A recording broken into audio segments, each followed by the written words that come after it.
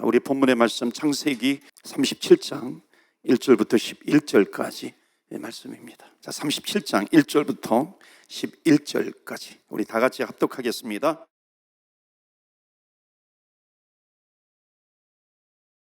야곱의 족보는 이러하니라. 요셉이 17세 소년으로서 그의 형들과 함께 양을 칠 때에 그의 아버지 아내들 비라 실바 애들과 더불어 함께 있었더니 그가 그들의 잘못을 아버지에게 말하더라.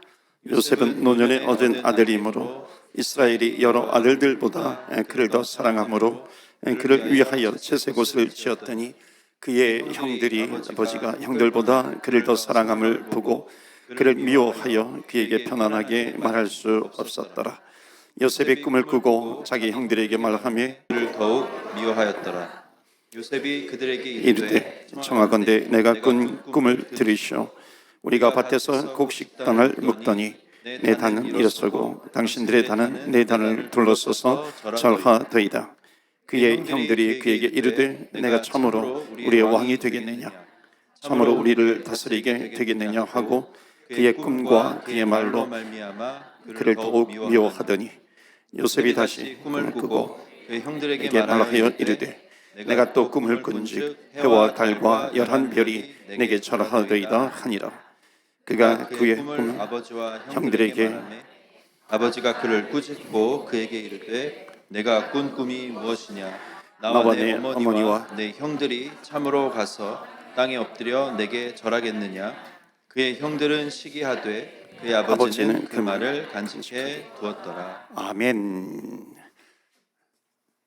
요셉은 여러분 다 아실 겁니다. 요셉은 야곱의 11번째 아들입니다. 야곱은 아내가 레아가 있고 라헬이 있었잖아요. 라헬을 너무너무 사랑했어요. 그래서 그런데 라헬이 아기가 없었는데 나중에 기도함으로 아기가 생겼는데, 그러니까 너무나도 사랑스러운 거죠. 그러니까 11번째 야곱의 11번째 아들 요셉입니다.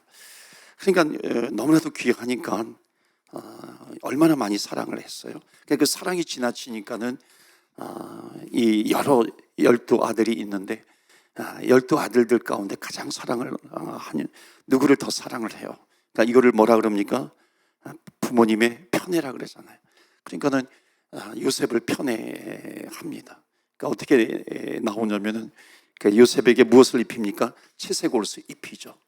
여러분, 채색 옷이라고 하는 것은 지금으로 말하면 뭐냐면은 그 브랜디한 옷, 그러니까 브랜드가 있는 아주 좋은 옷. 요즘은 모르겠어요. 요즘은 옛날에는 우리 카나다 구스, 또 뭐죠? 그 전에 노스페이스, 요즘도 유명하죠? 카나다 구스. 더 좋은 게 있는지 모르겠어요. 하여튼 그 시대 최고로 좋은 옷을 편애하는 요셉에게 입히는 겁니다. 그리고 다른 형들은 그냥 뭐 재래시장에서 이렇게 파는 옷들을 갖다가 이렇게 싼 거 막 이렇게 한꺼번에 사가지고 다른 11 형제들은 입히는 거죠. 그러니까는 얼마나 이게 괴로워요, 그렇죠? 이 요셉은 채색 옷을 입고, 또 뿐만 아니라 형들이 잘못을 하면은 고자질을 하는 겁니다. 형들이 뭐 이렇게 해갔다고 고자질을 하고, 또 결정적인 게 꿈 얘기를 하잖아요. 지난번에도 우리 요셉을 살펴보았잖아요. 그 형들을 상징하는 여러 별들이, 해와 달이, 또 엄마 아버지 자기에게 절을 하여 곡식단이 자기에게 별을 해요. 그러니까는 형들이 시기를 하는 거죠. 그래서 어떻게 합니까? 팔아버려요. 그냥 노예가 되죠. 노예가 되고, 그 다음에 나중에 보디발의 집에 종이 되어서 나중에 가정 총무가 되기도 하고, 또 감옥에 갇히기도 하고, 또 감옥에서 꿈을 또 멋지게 해석을 해 주었지만은 또 감옥에서 풀려나는가 했더니 풀려나지 않아요. 은혜를 주었는데 배신을 당하는 것과 마찬가지입니다. 그래서 만 2년 후에 이 당시에 팔려간 곳이 애굽이잖아요. 그러니까 애굽의 왕을 바로라고 부릅니다. 그러니까 바로 왕이 꿈을 꾸는데 그 꿈을 멋지게 해석해 주잖아요. 7년 풍년, 7년 흉년입니다. 그래서 대안까지 이렇게 제시를 해서 결국 풍년이 들었을 때 곡식을 저장을 해가지고 흉년의 때를 잘 지나면서 애굽이라고 하는 나라는 완전히 초강대국이 됩니다. 그 주변에 많은 나라들이 있는데 강대한 나라가 되었고, 요셉은 강대한 나라의 총리까지 되는 겁니다. 그러니까 얼마나 이 요셉이라고 하는 인물이 하나님께서 형통케 해주셔서 그 한 나라의 총리의 자리까지 올라가게 되었어요. 그리고 자기 고향에 있던 가나안 땅에 있던 요셉의 형제들과 애굽에서 극적으로 재회를 하잖아요. 여러 가지 이렇게 사연들이 있습니다. 극적으로 재회를 해요. 그래서 결국 바로 왕은 요셉을 통해 가지고 애굽이라고 하는 나라가 강대국이 되었으니까는 이 바로 왕은 요셉의 가족들에게 좋은 감정을 가지고 있었겠죠. 그러니까는 가나안 땅에서 온 그 요셉의 가족들이, 여자들은 빼놓고 남자들만 70명이 와서 애굽에 정착을 합니다. 좋은 감정을 가지고 있으니까 너희들은 고센 땅에서 정착해서 살아라, 이렇게 이야기를 합니다. 고센 땅에 정착을 하면서 430년 동안 이 이스라엘 민족은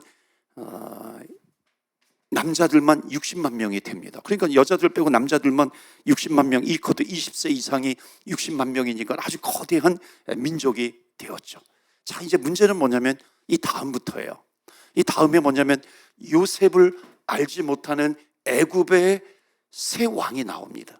애굽의 새 왕이 나와서 이제 가만히 보니까는 이 노예인 이스라엘 백성들이 아주 거대한 민족이 되어 가거든요. 그러니까는 거대한 민족이 되니까 걱정이 앞서는 겁니다. 얘네들은 우리 민족이 아니고, 그럼 만약 다른 민족과 전쟁을 하게 되면은 그들 편을 들어가지고 우리를 죽이고 도망을 갈 거다. 그러니까 얘네들이 더 큰 민족이 되기 전에 여하튼 이들을 억압을 하고 핍박을 하고 그렇게 해야 되겠다 해가지고, 자, 출애굽기로 넘어가면은 어떻게 되면, 출애굽기 한번 말씀 보시겠어요? 출애굽기 1장 보여주시겠어요? 출애굽기 1장 8절입니다. 출애굽기 1장 8절에 보면 요셉을 알지 못하는 새 왕이 일어나서 애굽을 다스리더니, 그 다음에 11절 말씀 보시면 이제 어떻게 되냐면 새 왕이 나온 다음에 보니까는 이들이 거대한 민족에 대해서 우리에게 위협이 된단 말이죠. 그러니까 어떻게 돼요? 무거운 짐을 지워지게 되는 겁니다. 그러니까 무거운 짐을 이스라엘 백성들에게 지워졌다라고 하는 것은 뭐냐면 이들은 무거운 짐을 가지고 있어요. 그러니까 내 어깨가 항상 무겁다는 겁니다. 여러분, 우리도 그렇지 않습니까? 나에게 무거운 짐이 있어요. 그럼 내 마음은 무거워요. 걱정과 근심과 염려와 두려움과, 그러니까 이런 것 속에서 살아가게 되는 겁니다. 이게 뭐예요? 거기 무거운 짐을 지게 함으로 말미암아 괴롭게 했다 그랬습니다. 그러니까 무거운 짐 때문에 이 이스라엘 백성들은 괴로워지는 겁니다. 괴로워짐.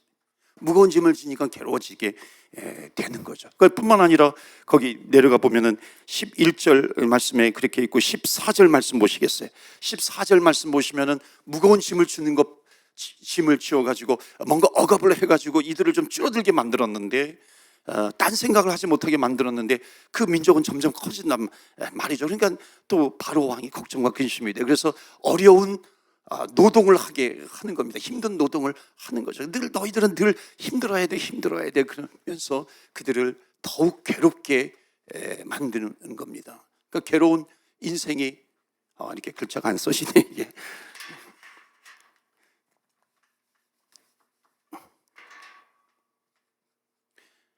괴로운 인생이 되어 버리는 것이죠. 그러니까는 그럼에도 불구하고 이스라엘 백성들은 또 자녀들을 잘 출산을 한단 말이죠. 아들을 잘 낳아요, 이스라엘 여인들이. 그러니까 그 민족이 점점 많아지는 겁니다. 그러니까 어떻게 하냐면 이번에는 아들을 낳으면은 어떻게 해라? 아들을 몰래 죽여라. 아들을 낳으면 몰래 죽여라. 그러니까 이스라엘 백성들은 점점 괴로워지는 겁니다. 괴로움이 심해지는 거예요.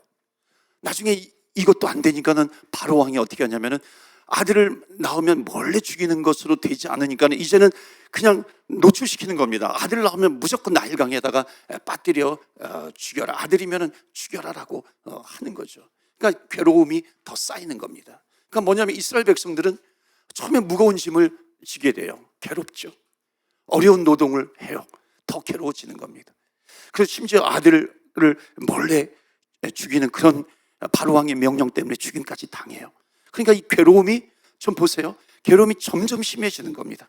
처음에 이스라엘 백성들은 여기 요셉이 있을 때는 이들은 자유인이었잖아요. 이들은 자유인이었는데 이들이 노예가 돼버렸어요. 노예가 돼버리는 것뿐만 아니라 이들은 괴로워요. 더 괴로워요. 심히 괴로워지죠. 그 다음에 아들까지 그냥 다 날강에 빠뜨려 죽여요. 그러니까는 이건 심히 괴로운 정도가 아니라 정말 살고 싶지 않은 그런 인생이 되어버리게 되었다.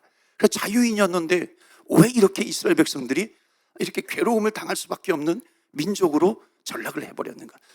그 이유가 무엇인가? 여러분, 여기에는 이유가 있다는 겁니다. 그 이유가 뭐냐면, 여러분, 이스라엘은 원래 이 민족은 어디에서 살아야 되는 민족이냐면, 그 뒤에 보이시는가요? 가나안 땅에서 살아야 되는 민족입니다. 그러니까 약속의 땅, 하나님께서 보내시는 땅, 가나안 땅에서 살아야 되는데 이들이 흉년을 만남으로 말미암아 어디로 왔냐면 애굽으로 이주를 하게 된 겁니다. 흉년을 만났어요.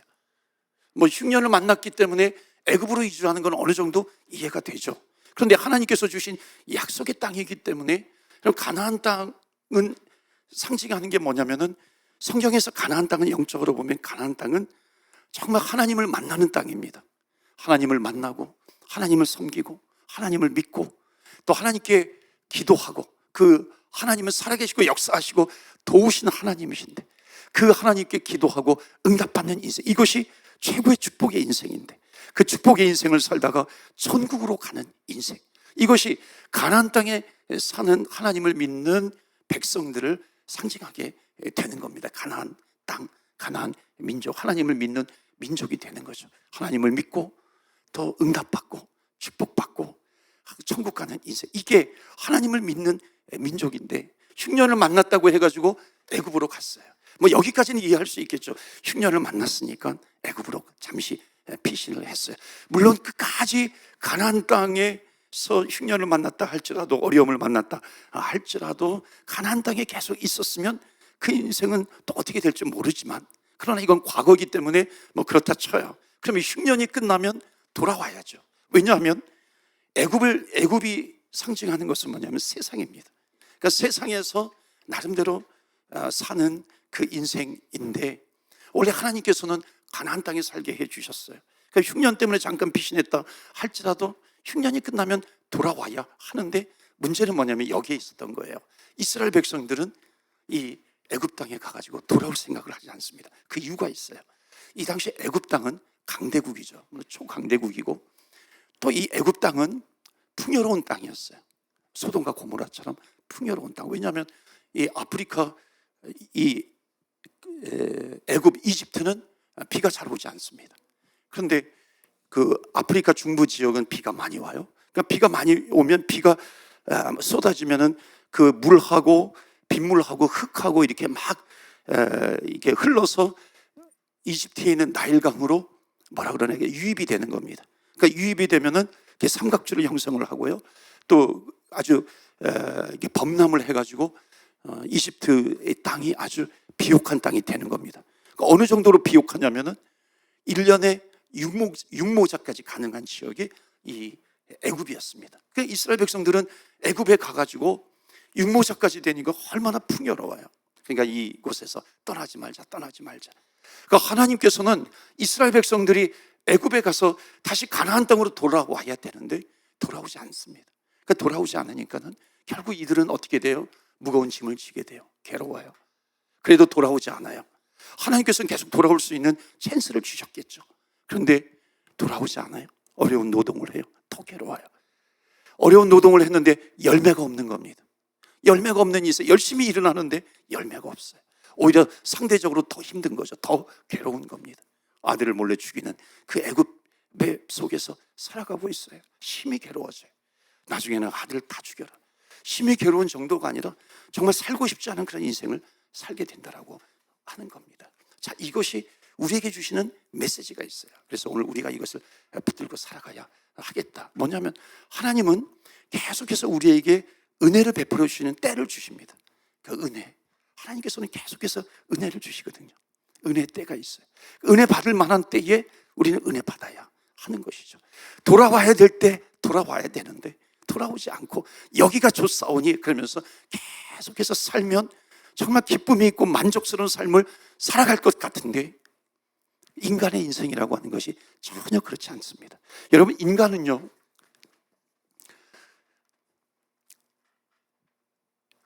인간의 의미라고 하는 것은요, 결국 하나님을 만나야 됩니다. 하나님을 만나고, 하나님을 만났다라고 하는 것은 뭐냐면 살아계시고 역사하시고 도우시는 하나님, 창조주 하나님, 나를 이 땅에 보내주시고 내가 하나님의 백성이고 하나님의 자녀인데, 그렇기 때문에 창조주 하나님을 인간이 만나지 못하면요, 그 인간은 계속해서 힘든 인생을 살아갈 수밖에 없다. 영적으로 보면 이스라엘 백성들을 보면 괴로운 인생을 살아갈 수밖에 없다는 겁니다. 결국 인간은 하나님을 만남으로 말미암아 결국 주님과 함께 동행하면서, 목자 되신 주님과 함께 동행하고 때로는 넘어지기도 하죠. 그러나 주님을 내가 붙들고 있으면 주님께서 다시 일으켜주시고, 우리가 기도하죠. 오늘도 기도합니다. 기도할 때 하나님께서 응답해 주시고, 그럼 하나님께서 응답해 주셔야 온전한 해결이 되는데, 그럼 우리가 주님 앞에 나와 내 문제를 내려놓고 기도하고, 하나님 살아계시니까 우리에게 이 믿음이 있으니까, 그러니까 오늘도 우리가 기도할 때는요, 믿음을 가지고 기도하는 거죠. 너희가 나를 믿느냐? 믿음으로 구하냐? 하나님은 우리의 마음을 보세요.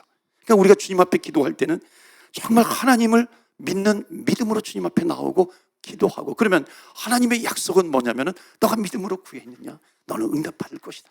그러니까 응답을 받음으로 말미암아 우리가 깨닫고 체험하는 것은 뭐냐면, 아, 하나님은 살아계시는구나, 하나님은 역사하시고 하나님은 도우시는구나 하는 겁니다. 그러니까 우리는 하나님 살아계시다라고 하는 것뿐만 아니라 우리는 하나님으로부터 응답을 받음으로 하나님은 도우시는 하나님, 하나님은 역사하시는 하나님을 체험하는 것이죠.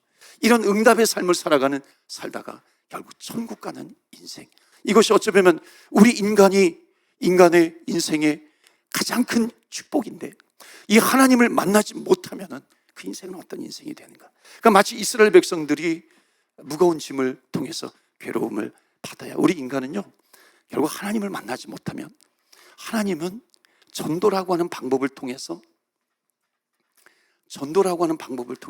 그 인생을 계속해서 주님 앞으로 인도합니다. 하나님 앞으로 인도 안 받게 되는 거죠. 그런데 이것을 거부하게 되면 결국 그 인생은 걱정과 염려와 근심과 두려움 속에서 살아갑니다. 이게 괴로움이거든요. 그러니까 괴로움 속에서 살아가게 되는 겁니다. 마치 이스라엘 백성들이 무거운 짐을 지고서 괴롭게 살아가는 것처럼 하나님을 만나지 못하면 그 인생은 그렇게 살아가게 됩니다. 그리고 전도를 해서 전도받고 주님 앞으로 인도함을 받을 수 있는 기회가 있는데, 이것을 거부해요. 이것을 거부하면 결국 또 거부하는 인생이 되어버리니까는 마치 어려운 노동을 해도 괴로운 것처럼 우리는 정말 열심히 주님 앞에 우리 세상에서 일을 한다 할지라도 결국 뭐냐면 열매가 없는 삶을 살아가게 된다는 겁니다. 그러니까 우리가 하나님을 믿지 못하고 하나님을 알지 못하면 나름대로 이 세상에서 열심히 일을 해요. 뭔가 노동을 해요. 그럼 열매가 있는 것 같은데 하나님 앞에 열매가 없다 그러는 겁니다. 뭔가 내가 가진 것이 있는데 하나님 앞에 열매가 없다라고 하는 뜻은 뭐냐면 이거예요. 내가 아무리 가진 것이 많다 할지라도 하나님을 알지 못하고 하나님을 믿지 못하면 하나님께 보일 수 있는 인생이 열매가 없다는 겁니다. 이거의 핵심은, 그러니까 열매가 없다라고 하는 것은 뭐냐면 하나님께 보일 것이 없어요. 내가 아무리 많은 것을 가지고 있다 할지라도 이런 인생은 괴로운 인생이 될 수밖에 없다라고 하는 겁니다. 그 하나님을 만나기 전에 이분이 그 한국에서 그 뭐라고 부르죠? 캬바레라고 요즘 캬바레라고 부르나, 옛날에 캬바레는 캬바레에서 이분이 기타를 쳤어요. 기타를 밤새도록 치고 한 군데가 아니라 뭐 6군데에서, 그러니까 밤새도록 6군데에서 기타를 치면서 이제 밤새도록 그렇게 하고 술을 마시고, 그러니까 늘 이렇게 취해 있는 겁니다. 그러니까 술 취한 상태로 이제 집에 돌아와요. 그러면 이제 또 잠을 자죠. 그리고 또 잠을 자고 또 이 밤업소에 가가지고 또 열심히 일을 해요. 그런데 이 사람이 주님을 만나는데, 주님을 점점 만나기 시작하는데 나중에 어떤 깨달음이 드냐면, 내가 정말 밤새 힘들게 일하고 뭐 열심히 일하는 것 같은데 자기를 돌아보고 하나님을 만나면 만날수록 내 인생이 돈은 버는 것 같은데 하나님 앞에 보일 것이 없는 인생이구나라고 하는 것을 깨닫게 됩니다. 그러니까 일을 해요. 뭔가는 열매가 있는 것 같아요. 근데 문제는 뭐냐면 그 열매가 하나님께 보일 수 있느냐, 보일 수 없는 열매냐라고 하는 겁니다. 그러니까 보일 수 없는 열매라고 하는 것은 뭐냐면 그 인생은 얼마나 괴로운 인생인가. 그러니까 결국 하나님께로 인도함을 받을 수 있는 때가 있어요. 그 은혜의 때를 계속해서 거부하게 되는 거죠. 결국 거부해요. 결국 거부하게 되면 예를 들어서 이 이스라엘 백성들이 정말 이 아들을 몰래 죽임을 당하게 되니까 괴로운 인생이 되는 것처럼 이게 죽는다라고 하는 게 뭐예요? 정말 살고 싶지 않은 거죠. 정말 죽고 싶은 그런 인생이 되어간다. 여러분, 하나님을 제대로 만나지 못하면 그 인생은 정말 살고 싶지 않은 그런 인생이 되어버립니다. 마지막에는요, 아들을 그냥 다 죽여요. 괴로워요.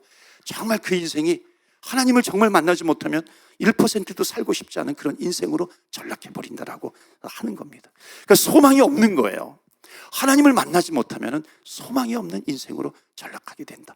결국 우리의 인생은 뭐냐면 하나님을 만나서 소망이 있는 인생이 되어야 되는데 그 소망이 있는 인생은 뭐냐면은 하나님 앞에 소망을 두어야 됩니다. 세상에는 소망이 되는 게 아니에요. 애굽이라고 하는 것에 소망이 있는 것이 아니라 소망은 어디에 있냐면은 가나안 땅이다.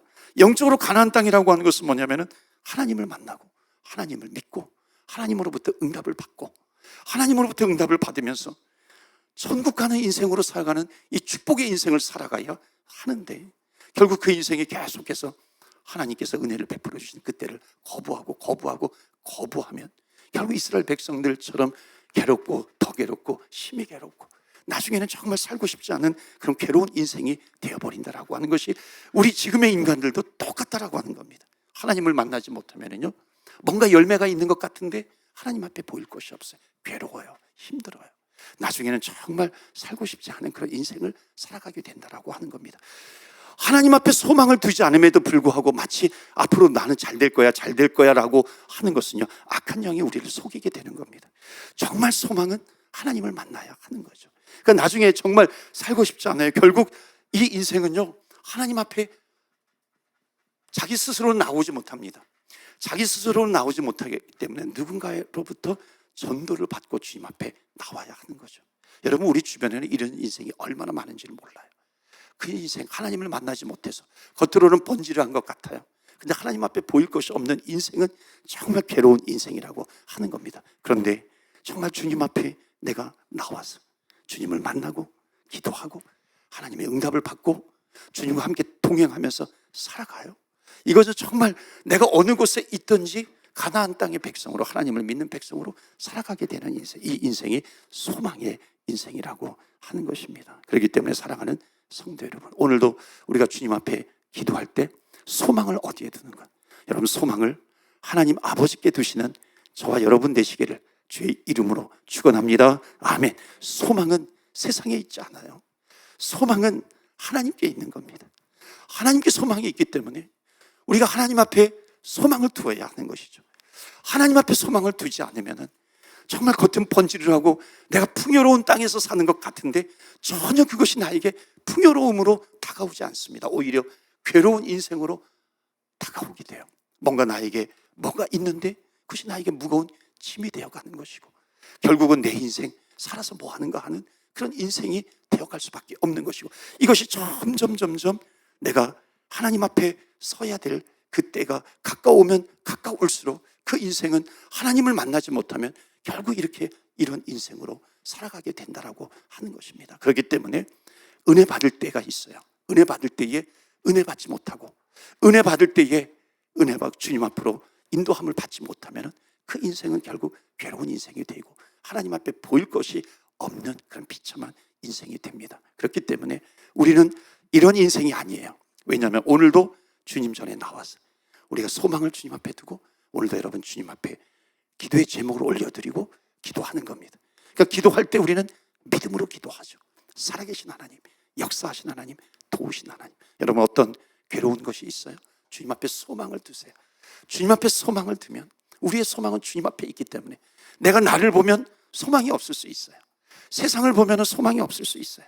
사람을 보면 사실 소망이 없을 수 있어요. 그러나 하나님께 소망을 두면 천지를 창조하시고 나를 나보다도 더 잘 아시는 하나님, 내 어머니의 뱃속에 있기 전부터 나를 아시고 나를 창조하신 하나님 아버지, 나를 가장 잘 아시고 푸른 풀밭 푸른 초장으로 인도하시는 하나님 아버지께 소망을 두고 오늘도 기도하고, 그 다음에 우리 주변에 주님을 모르는 영혼들이 있습니다. 그 영혼들은 하나님을 만나지 못한 영혼들, 어찌 보면 제대로 잘 사는 것 같은데 비교해보면 나보다 더 잘 살고 있는 것인데, 하나님은 우리의 중심을 보시는 하나님, 결국 하나님을 만나지 못하면요, 하나님께서 베풀어 주시는 은혜를 거부하게 되면 그 인생은 괴롭고 괴로운 인생을 살아갈 수밖에 없습니다. 그렇기 때문에 여러분, 올해 특별히 우리 주변에 아직까지 주님을 모르는 영혼들이 있어요. 그 영혼들이 정말 주님 앞에 소망을 갖게 해주옵소서, 우리의 기도 제목입니다. 그래서 오늘 여러분, 전도 대상자가 있으시죠? 전도 대상자 놓고 기도하시고요. 또 어려움에 빠져 있는 사람이 있어요. 그 어려움에 빠져 있는 사람 괴롭잖아요. 그 인생 하나님 주님께 소망을 두게 해 주시옵소서. 우리가 이게 우리의 기도의 궁극적인 목적이죠. 그러니까 지금 세상에 전쟁이 있어요. 기근이 있어요. 지금 또 트루키의 강진으로 인해서 정말 어려워요. 힘들어요. 그러니까 우리는 그들을 위해서 기도합니다. 그러니까 기도를 할 때 단계가 있죠. 하나님 그들이 그 어려움 속에서도 회복되게 해주시고, 그렇죠, 회복이 돼야죠. 그리고 나름대로 또 회복이 될 수 있도록 우리는 또 그리스도의 사랑을 전해야 하는 것이죠. 그래 궁극적으로는 뭐예요? 그 땅이, 그 나라가, 그 민족이 정말 하나님께 소망을 두는 민족이 되게 해 주시옵소서. 우리의 기도 제목이 되는 것입니다. 우리 가족 중에 내가 아직 가족 중에 주님을 모르는 것 같아요. 주님을 만나지 못했어요. 그 소망을 하나님께 두게 해주세요. 하나님께 소망을 두어야 그 인생이 정말 가치 있는 인생을 살아가게 되는데, 그래서 우리가 오늘도 주님 앞에 기도하면서 나아갑니다. 하나님께 소망을 두시는 저와 여러분 되시기를 주의 이름으로 축원합니다. 아멘. 이 시간에 우리 기도합니다. 우리 간절히 사모하면서 기도합니다. 하늘문 열어주시고 하나님께서 우리의 기도를 들어주시고 응답해 주심을 믿고 우리가 주님 앞에 나아갑니다. 그렇기 때문에 그 믿음은 하나님께 소망을 두는 겁니다. 하나님, 오늘도 주님께 소망을 두며 기도합니다. 하나님, 오늘도 하나님을 만나는 인생 되게 하여 주시옵소서. 주께 소망을 두는 인생 되게 하여 주시옵소서. 하나님 아버지, 내 모든 걱정과 염려와 근심과 두려움을 주님 앞에 올려드립니다. 주님의 관점에서 볼 때에 하나님께서 그것을 붙잡아 주시고 우리를 인도해 주시는 살아계시고 역사하시고 도우시는 하나님이시기 때문에 오늘도 우리가 주님 앞에 기도할 때 하나님께서 우리에게 내려주시는 것은 성령이에요. 우리에게 내려주시는 것은 은혜의 단비입니다. 그래서 오늘도 우리가 사모하며 하나님 은혜의 단비를 내려주옵소서, 성령을 내려주시옵소서. 그럴 때에 우리에게 주시는 기쁨, 소망, 또한 우리에게 평강을 주님께서 우리에게 허락해 주시는 줄 믿습니다. 그렇기 때문에 이 시간에 우리 간절하게 하나님 성령을 부어주옵소서, 은혜를 부어주옵소서. 주님께 소망을 두며 우리의 기도의 제목을 올려드리면서 주님 앞에 기도하며 나아갑니다. 우리 다같이 주여 주여 주의 이름 부르며 기도하며 나아갑니다. 주여